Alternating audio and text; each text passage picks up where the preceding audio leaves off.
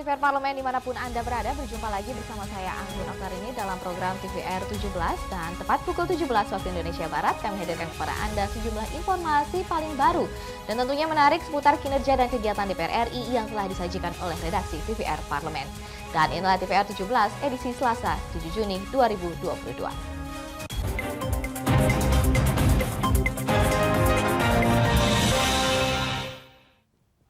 Pemirsa, ada berita dari Komisi 4 DPR RI soroti usulan tambahan anggaran Kementerian Kelautan dan Perikanan tahun anggaran 2023. Dan di sini Komisi 4 DPR RI menilai usulan tambahan anggaran harus bisa mendukung pembangunan perikanan dan kelautan yang terintegrasi di wilayah NKRI. Komisi 4 DPR RI soroti usulan tambahan anggaran Kementerian Kelautan dan Perikanan tahun anggaran 2023. Komisi 4 DPR RI menilai usulan tambahan anggaran harus bisa mendukung pembangunan perikanan dan kelautan yang terintegrasi di wilayah NKRI. Ditemui di Gedung Nusantara DPR RI dalam agenda rapat dengar pendapat Komisi 4 DPR RI dengan pejabat Eselon 1 Kementerian Kelautan dan Perikanan terkait pembahasan pagu indikatif dan rencana kerja tahun anggaran 2023. Menanggapi hal tersebut, anggota Komisi 4 DPR RI, Saadiah Uluputi menyoroti Kementerian KKP yang memasukkan program kerja lumbung ikan nasional ke dalam usulan anggaran tambahan. Usulkan pada rapat Komisi 4 kemarin, ya, tetapi saya keberatan jika kemudian Maluku lumbung ikan nasional masuk di dalam anggaran tambahan. Kenapa? Yang pertama, LIN ini janji Presiden. Dia adalah satu kebijakan yang sering disampaikan oleh Presiden ketika berkunjung di Maluku, bukan baru tahun ini, begitu, tetapi sejak tahun 2016. Yang kedua, dari sisi kontribusi, sebenarnya kontribusi untuk sektor perikanan itu sudah diberikan, bahkan masuk di dalam data KKP itu, di sektor tangkap saja itu, Maluku memberikan kontribusi yang sangat besar. Lebih lanjut, Komisi 4 DPR RI berharap usulan tambahan anggaran Kementerian Kelautan dan Perikanan benar-benar bisa memberikan implikasi dan memenuhi kebutuhan publik. Vinita dan Domi, TVR Parlemen melaporkan. Di dalam rapat kerja bersama dengan Menteri Perhubungan, Komisi 5 menyoroti harga tiket pesawat yang melambung tinggi, baik di dalam negeri maupun luar negeri, dan seiring dengan kenaikan harga aftur tersebut, pemerintah sebagai regulator seharusnya dapat melakukan intervensi terkait dengan tingginya tarif tiket pesawat tersebut. Dalam rapat kerja bersama dengan Menteri Perhubungan, Komisi 5 menyoroti harga tiket pesawat yang melambung tinggi, baik dalam negeri maupun luar negeri. Seiring dengan kenaikan harga aftur, pemerintah sebagai regulator seharusnya dapat melakukan intervensi terkait tingginya tarif tiket pesawat tersebut. Anggota Komisi 5 DPR RI Irwan mengatakan Kementerian Perhubungan harus dapat melakukan intervensi dengan pemberlakuan kebijakan tambahan pembayaran pada masa tertentu tiket pesawat berupa fuel surcharge, daripada hanya menyalahkan harga aftur yang terus naik. Tentu kita minta ya pemerintah, dalam hal ini Kementerian Perhubungan, tidak lakukan pembiaran gitu terhadap maskapai yang kemudian menaikkan tiket ya sangat mahal ini, sehingga kita minta agar ada evaluasi. Nah, sebelumnya kan sudah ada kebijakan TUSLA ya untuk mengantisipasi harga aftur yang tinggi dan lain-lain, tetapi itu kita lihat belum konkret, ya nggak signifikan, sehingga harus ada evaluasi. Nah, evaluasi ini yang kita tunggu dari pemerintah, kemudian solusinya agar bisa mengendalikan harga tiket. Sebelumnya, Kementerian Perhubungan telah merilis keputusan Menteri Perhubungan nomor 68 tahun 2022 tentang biaya tambahan atau fuel surcharge, tarif penumpang pelayanan kelas ekonomi angkutan udara niaga berjadwal dalam negeri yang berlaku sejak ditetapkannya pada 18 April 2022. Andri, TVR Parlemen melaporkan. Terkait dengan pengalihan 5 lembaga riset ke Badan Riset dan Inovasi Nasional atau BRIN, dinilai masih menyisakan beberapa permasalahan. Pasalnya hingga kini banyak penelitian yang kini nasibnya tidak menentu, termasuk dengan eks-penelitian Balitbang Kementerian ESDM. Pengalihan 5 lembaga riset ke Badan Riset dan Inovasi Nasional atau BRIN dinilai masih menyisakan beberapa permasalahan. Pasalnya, hingga kini banyak peneliti yang kini nasibnya tidak menentu, termasuk ex-peneliti Balitbang Kementerian ESDM. Untuk itu, anggota Komisi 7 DPR RI, Mercy Christy Barren, meminta peleburan lembaga riset dan teknologi KEBRIN memperhatikan nasib sumber daya manusia yang terlibat di dalamnya, termasuk para peneliti. Di Gedung Nusantara 1 Senayan, Jakarta, anggota Komisi 7 DPR RI, Mercy Christy Barren menilai, nasib para peneliti harus diperjuangkan demi masa depan riset Indonesia. Artinya kalau bahasa diparkir ini nasib hidupnya menjadi tidak menentu sampai ada kebijakan yang pasti. Mereka tidak bisa langsung melaksanakan kegiatan-kegiatan litbang sebagaimana biasanya sehari-hari karena semuanya telah dialihkan ke BRIN. Untuk yang bagian ini Pak Ketua berkenan, mungkin kita bisa masukkan di dalam satu kesimpulan ya, untuk nanti dibicarakan secara terbuka, secara transparan dengan kementerian. Kalau bisa kita juga undang rapat gabungan dengan Kemenpan sehingga bisa memastikan ini ribuan Pak. Yang ini aja 750-an, belum yang lain-lain. Jadi saya takut jangan sampai akhirnya karena terjadi pengintegrasian dan pemisahan ini, banyak peneliti-peneliti kita yang luar biasa menjadi tersia-siakan di bumi Indonesia Raya yang kita cintai ini. Lebih lanjut, peleburan beberapa lembaga KEBRIN masih menuai pro dan kontra, terutama di kalangan peneliti. Pasalnya, masih belum memiliki peraturan dan regulasi yang memadai terkait SDM. Teresia dan Helmi, TVR Parlemen melaporkan. Terkait dengan penyakit mulut dan kuku atau PMK yang menyerang ternak harus diselesaikan dengan segera, diantaranya melalui vaksinasi hewan, juga pengawasan pada distribusi ternak nasional. Dan pemirsa, laporannya sesaat lagi, tetaplah bersama TVR 17.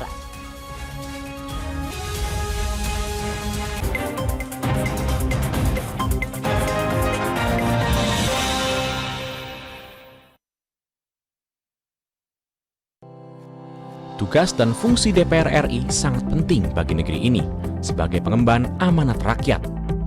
Namun tidak banyak yang tahu apa saja fungsi dan tugas dari DPR.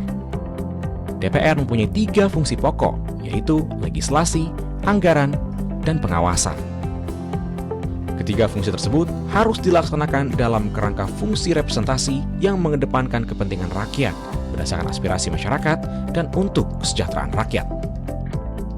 Dari fungsi legislasi, DPR RI mempunyai tugas dan wewenang untuk menyusun dan menetapkan program legislasi nasional bersama dengan pemerintah, menyusun dan membahas rancangan undang-undang, menerima rancangan undang-undang dari DPD, membahas rancangan undang-undang yang diusulkan oleh Presiden ataupun DPD, menetapkan undang-undang bersama dengan Presiden, menyetujui atau tidak menyetujui peraturan pemerintah pengganti undang-undang yang diajukan Presiden untuk ditetapkan menjadi undang-undang.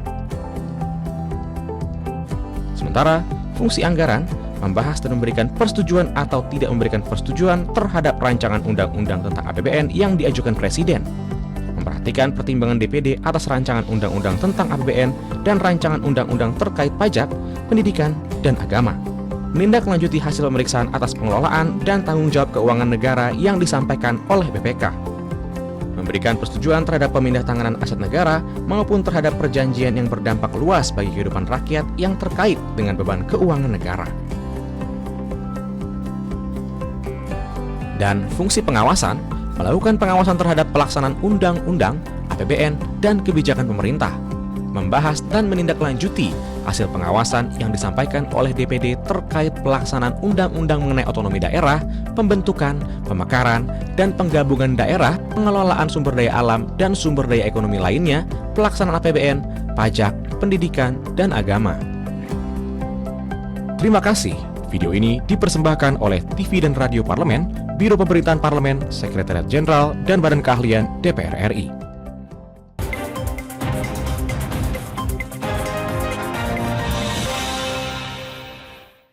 Kembali di TVR 17 dan pemirsa, anggota Komisi 4 DPR RI Daniel Johan meminta pemerintah untuk mempercepat penyaluran vaksin hingga memberikan bantuan kepada para peternak sapi agar wabah penyakit mulut dan kuku pada hewan ternak tidak mengakibatkan peternakan merugi.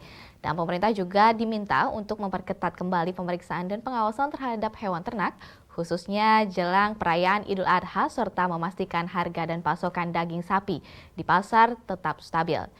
Ini dia berikut liputan mendalam yang telah dirangkum oleh tim redaksi TVR Parlemen berikut ini.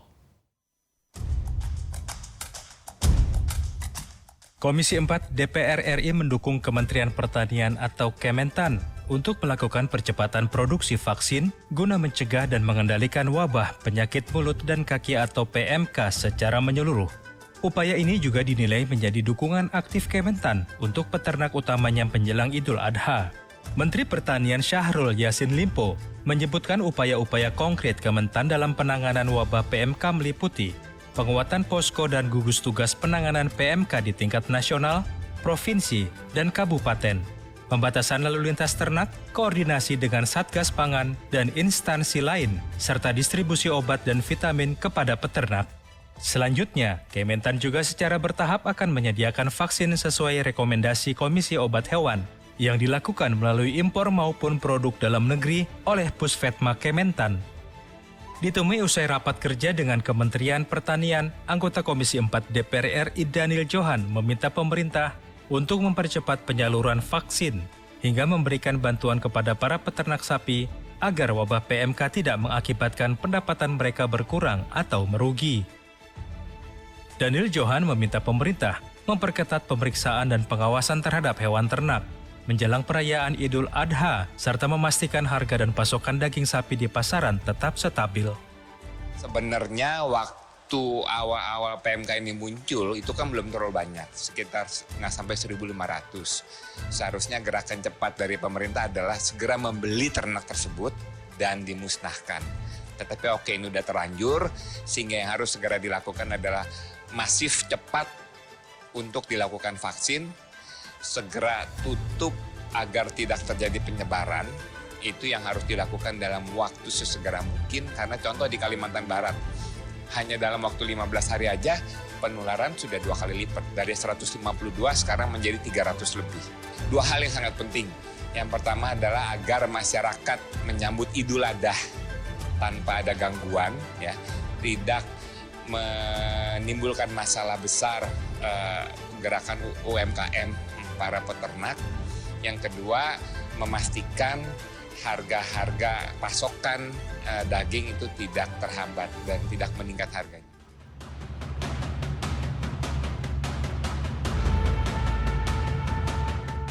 Wabah penyakit mulut dan kuku telah menyebar ke 15 provinsi di Indonesia.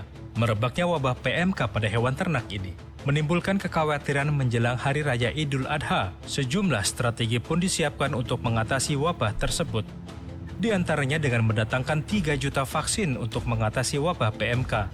Anggota Komisi 4 DPR RI Azikin Sultan mendorong Kementerian Pertanian untuk segera merealisasikan pengadaan vaksin dalam rangka mengatasi wabah PMK yang kian mengkhawatirkan. Pasalnya, hingga saat ini, kejelasan terkait realisasi vaksin bagi hewan ternak tersebut belum juga menemui titik terang. Azikin menambahkan, Komisi 4 akan memberikan dukungan anggaran yang diperlukan Kementan dalam mengatasi wabah PMK dan melindungi peternak di seluruh Indonesia. Ini kan penjelasan, keterangan, perencanaan Kementerian Pertanian akan mendatangkan 3.000 vaksin. 3 juta vaksin. Tapi kan belum ada realisasinya. Kalau rencana, ya rencana. Realisasinya belum ada, makanya saya tekankan agar ini betul-betul direalisasikan. Karena sampai sekarang anggarannya belum jelas juga. Oleh sebab itu, kita mendukung peningkatan anggaran.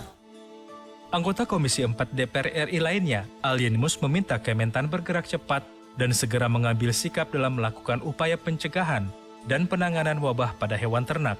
Pengadaan vaksin menjadi pilihan utama agar hewan ternak khususnya sapi bisa mendapat dosis vaksinasi sebelum perayaan Idul Adha mendatang. Sampai sekarang kan belum adanya anggaran untuk pembelian vaksin. Dari Kementerian Pertanian sendiri menyampaikan bahwa akan menggunakan vaksin lokal. Tapi kan vaksin lokal butuh 3 bulan. Dalam kurun waktu 3 bulan menunggu penyebaran virus PMK ini ke ternak-ternak.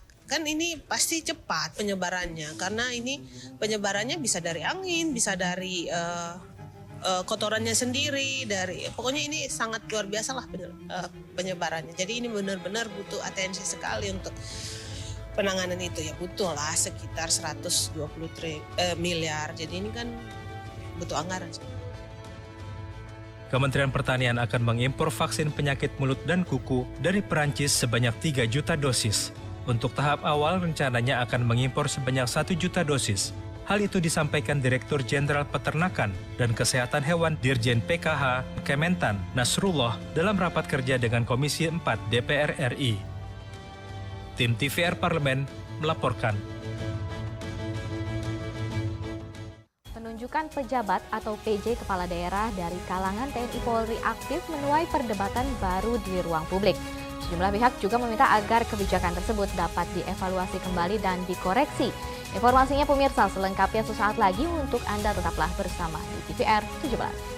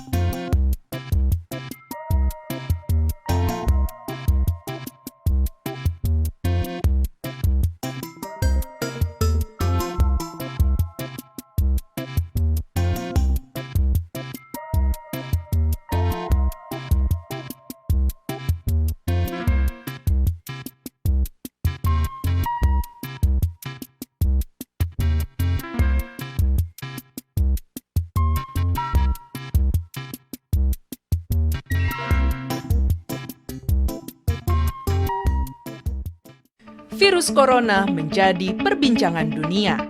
Beberapa negara sudah terjangkit. Ribuan orang di Indonesia terkena virus ini. Kita perlu antisipasi dengan melakukan hal berikut. Cuci tangan dengan sabun dan antiseptik. Gunakan masker atau penutup mulut saat bersin dan batuk. Masak telur dan daging hingga matang. Hindari kontak dengan hewan. Tidak saling berjabat tangan. Tidak berinteraksi dengan penderita. Jika memiliki demam tinggi, batuk, pilek, gangguan pernafasan, sakit tenggorokan, dan letih lesu, segera periksakan ke dokter. Waspada virus corona, cegah penyakit sejak dini. Dipersembahkan oleh TVR Parlemen, Biro Pemberitaan Parlemen, Sekjen dan DK DPR RI.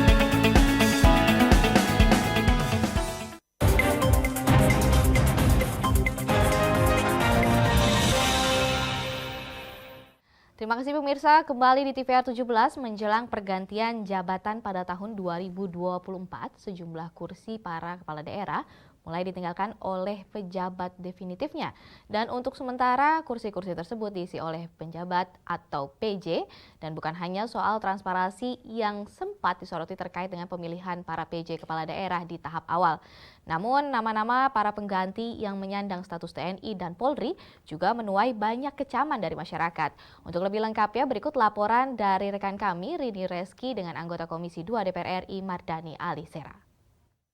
Baik, selamat sore pemirsa, berjumpa lagi bersama saya Rini Reski dan saat ini saya sedang berada di ruang rapat Komisi 2 bersama dengan Bapak Mardani Alisera ya, dari fraksi PKS.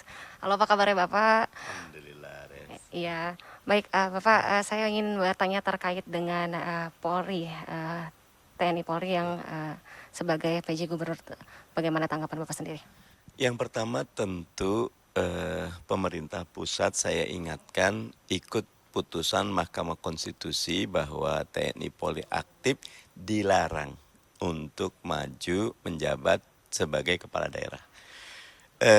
Ini sehat karena memang domainnya biarkan ke sipil, dan kalau dalam Undang-Undang 10 2016-nya pasal 201 pimpinan jabatan tingkat pratama untuk gubernur dan tingkat madya untuk bupati wali kota. Jadi pemerintah pusat, Kemendagri jangan bermain api ya, karena masyarakat juga melihat. Baik, untuk dari Bapak sendiri berarti tidak setuju dengan adanya keputusan ini, Pak? Tidak setuju, karena biarkan teman-teman TNI Polri menjadi profesional di bidangnya, menjaga keamanan dan pertahanan, dan biarkan urusan kepemiluan dan jabatan eksekutif ini diberikan ke teman-teman ASN, ya, karena mereka sudah lama berinteraksi dengan urusan ini, komunikasi dengan teman-teman legislatif daerah juga relatif sudah berjalan, memudahkan. Berarti dengan keputusan ini sendiri, ini berarti baru diberitahukan ya Pak ya, karena sebelum-sebelumnya tidak ada pemberitahuan ini juga kan Pak? Ya, kami nanti besok rencananya akan RDP dengan Kemendagri, kami akan tanyakan dan kami akan koreksi sikap dan keputusan Mendagri ini.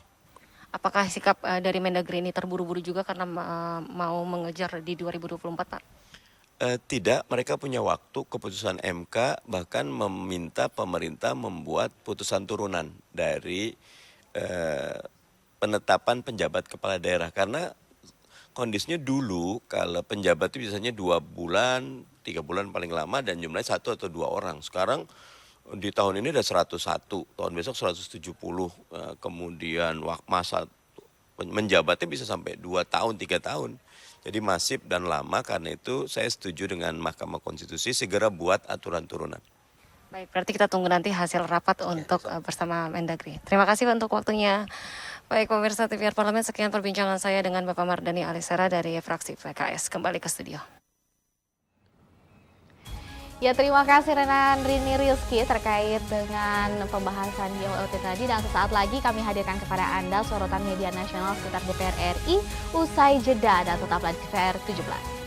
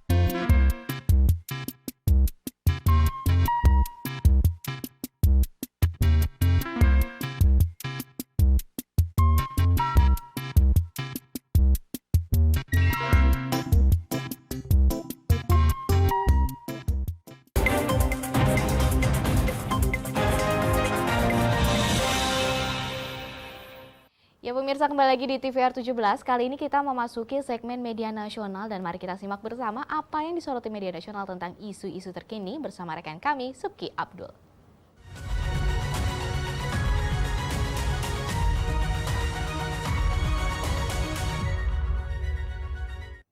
Halo, apa kabar pemirsa? Di hari Selasa 7 Juni 2022 kembali bertemu bersama dengan saya Subki Abdul. Mari kita bahas apa saja menjadi headline media online pada hari Selasa ini. Kali ini mengenai DPR dan juga pemerintah yang telah sepakat menetapkan anggaran pemilu 2024 sebesar 76,6 triliun rupiah. Komisi Pemilihan Umum dan juga pimpinan DPR RI telah menyepakati anggaran hingga tahapan pemilu 2024. Bisa Anda saksikan di layar kaca televisi Anda ini sejumlah media online yang terbit pada hari ini.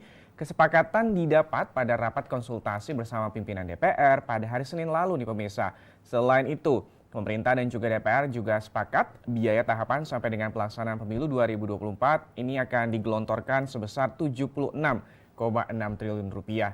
Sementara itu, Ketua DPR RI Bu Puan Maharani berharap logistik pemilu ini bisa segera diproduksi dan juga didistribusikan. Ia juga meminta masa kampanye selama 75 hari ini bisa membuat pemilu menjadi efektif dan juga efisien. Puan juga mengingatkan kepada KPU dan juga Komisi 2 DPR untuk melakukan simulasi kampanye agar saat pemilu nanti berlangsung setiap kebutuhan dapat terakomodir dengan baik.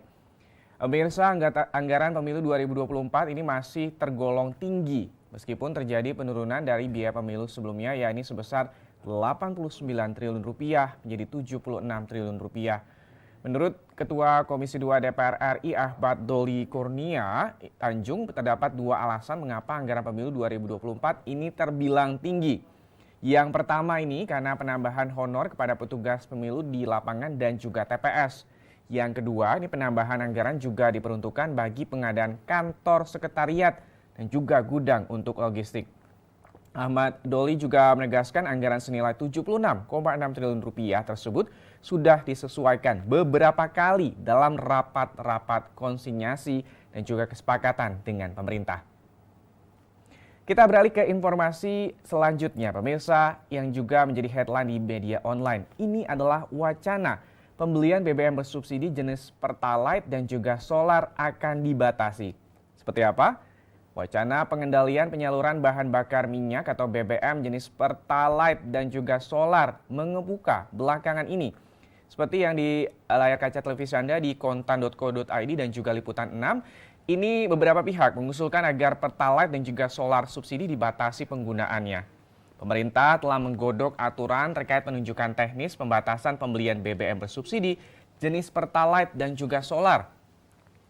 Langkah pembuatan aturan pembelian Pertalite dan juga solar ini ditujukan agar penyaluran lebih tepat sasaran dan Sekretaris Jenderal Dewan Energi Nasional Joko Siswanto menjelaskan regulasi itu akan mengatur dua hal, yakni kenaikan harga minyak dunia dan juga peralihan konsumen dari BBM non-subsidi ke BBM bersubsidi akibat disparitas harga. Rencana pemerintah untuk mengatur ulang soal Pertalite dan juga solar ini nampaknya sudah dibahas dengan DPR. Pendapat disampaikan anggota Komisi 7 DPR RI Mulyanto yang mengatakan bahwa parlemen ini telah bertemu dengan PT Pertamina dan juga BPH Migas untuk membicarakan aturan pembelian BBM bersubsidi. Ia mengusulkan agar pemerintah memperketat pembelian Pertalite di mana mobil mewah maupun juga mobil dinas nih tidak diperbolehkan menggunakan Pertalite termasuk juga solar. Yang berhak menerima BBM bersubsidi adalah usaha kecil, usaha mikro, petani kecil yang lahannya di bawah 2 hektar, serta kendaraan umum. Gimana? Kita tunggu nanti bagaimana keputusannya terkait dengan BBM bersubsidi seperti Pertalite dan juga solar yang akan dibatasi. Dan itu tadi pemirsa headline media online pada hari ini mengenai anggaran pemilu 2024 juga tentang wacana pembatasan pembelian BBM bersubsidi. Kita kembali ke rekan kami, Anggun Oktarini.